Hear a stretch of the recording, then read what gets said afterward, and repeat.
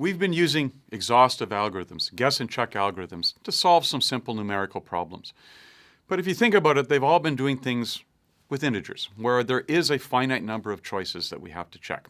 And that makes sense. I can certainly run through all of them until I get to either the right answer or determine there isn't a possible answer.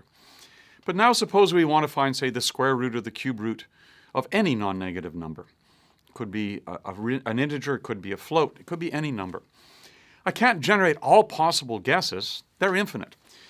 So I can't, in this case, guarantee an exact answer, but I could come close. Now what I just want to do is try and find a guess that's close enough to the cube root or the square root of the thing I'm looking for.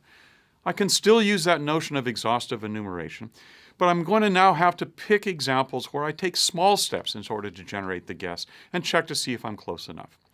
Let's see what that might look like. Here the idea is I have to define what's a good enough solution. So I'm going to start with a guess, say 1. I'm going to check to see if that's close enough. If it isn't, I'm going to change it by a tiny amount, say 1.001. Check that one, and then 1.002 and keep doing that. So I need to increment by some small value as I go along. But I also have to define what does it mean to get close enough. It won't be exactly the same because I'm not going to be able to guarantee that. So here I'm going to use, in the case of cube root, something that tells me whether I'm close enough. By looking at the guess cubed, take the absolute value in case it's negative, and look at the difference between that and cubed to see if it's less than or equal to a small number. And if it is, I'm going to say I'm close enough, and I'm going to stop. One of the tricks here is that when I have these small values, I'm going to have to be careful. If I make them really small, I'll make sure I find a really good guess, but it's going to slow the program down. If I make them really large, I might actually miss the answer. And similarly, when I decide how close I want to get with epsilon, if I make epsilon big, I'm going to make it easier to find an answer, but I might get a less accurate answer. And so I have to think carefully about how I do both of those. But let's look at that idea to see how I can still use the idea of guess and check, but now with things that could compute the cube root of anything. So here's an example. I'm going to start off with some value for the thing I'm trying to find the cube of. 27 is going to be an easy one. I'm going to set up some initial values. Epsilon is going to be something that tells me how close I want to get to the answer. Guess is where I'm going to start. And increments the size in which I'm going to increase my guess as I move along. And just to keep track of it, I'm going to set up another variable called number of guesses. I'm going to use that to keep track of how many times do I go through the loop as I do this. And then what does this code do?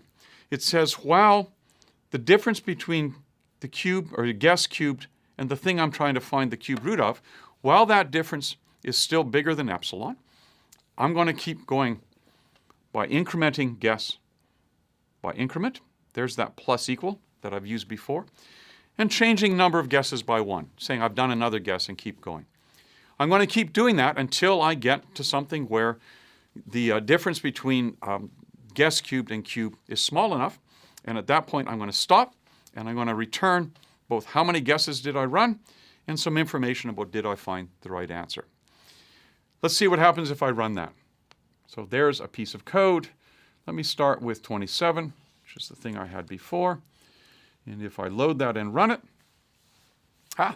it gives me not quite the answer I expected.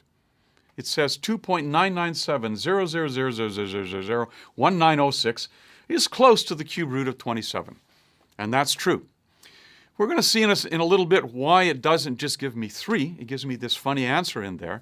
But you can also see that it took almost 30,000 times through the loop before it got to that. Why? Because I started with a very simple answer, 0. That wasn't close enough. Then I went to 0.0001, then to 0.0002. And you can see I'm going to have to do a lot of things until I get to something that's going to give me a good guess. Now, I could pick another example. Let's make it 29, which I know is not a cube root. Let's see what happens if I do that. It's not a perfect cube, but in this case, it found it. That's actually nice. In the previous case, I could only find things that were cube roots of integers. Now I've got something where the cube root isn't an integer, but I can still find it. This took almost 31,000 times through the loop. So I could say, you know what? I want to use something where I'm going to step a little more broadly. Let's step thousandth of a step rather than every 10,000th of a step. And now if I run it, okay, I get a little bit different guess, but it only took 3,000 trials through it. And if I change it to say the increment should be in hundreds, I can run that. And if I do that, oops, sorry, it decided it didn't like that. Let me think about why it didn't like that.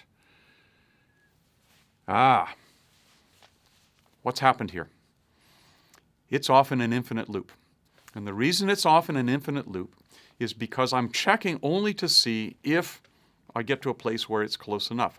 I've actually gone right past the cube root and it's still running. So I need to stop this and I'm going to interrupt it to hold it back. That's something I need to fix. So if I go back to a little bit better increment here and rerun it, I get back to the thing I wanted to have. Okay, how would I fix that? I need to make sure that the guess isn't too big. If you think, and I'm going to go back to where I was. With this test, it simply says when guess cube minus cube, as long as it's bigger than epsilon, I'm going to keep going through the loop. If my step is too big, I could try something just below cubed, but not have it work, and then go past cube and keep going further and further on. That means says I need to make a change here, so I want to make sure that my guess is still small enough. And if I make that small change, which I'm going to do over here, and guess less than or equal to cube, I should be in a little bit better shape. I can still run the same one, but now if I change increment to tenths and run that, it gave me a solution. Not a very good one. It basically says I didn't find a solution, but at least I didn't keep running forever. What was the point of doing this? It's not to try and trick you. It's to remind you that as you make changes to the code, you need to think about the consequences. And this was one where my test wasn't capturing all of the cases. So what can I say about this particular algorithm? The step could be any small number. If it's too small, it's going to take a long time. But as we just saw, if it's too large and I'm not careful, it could skip over the answer without getting close enough. At least in this case, I stop rather than running forever. In general, it's going to take x divided by step number of times through the code to find a solution. And so clearly, as I make steps smaller and smaller, it's going to increase the number of steps, and I'd like to find a more efficient way to solving this problem.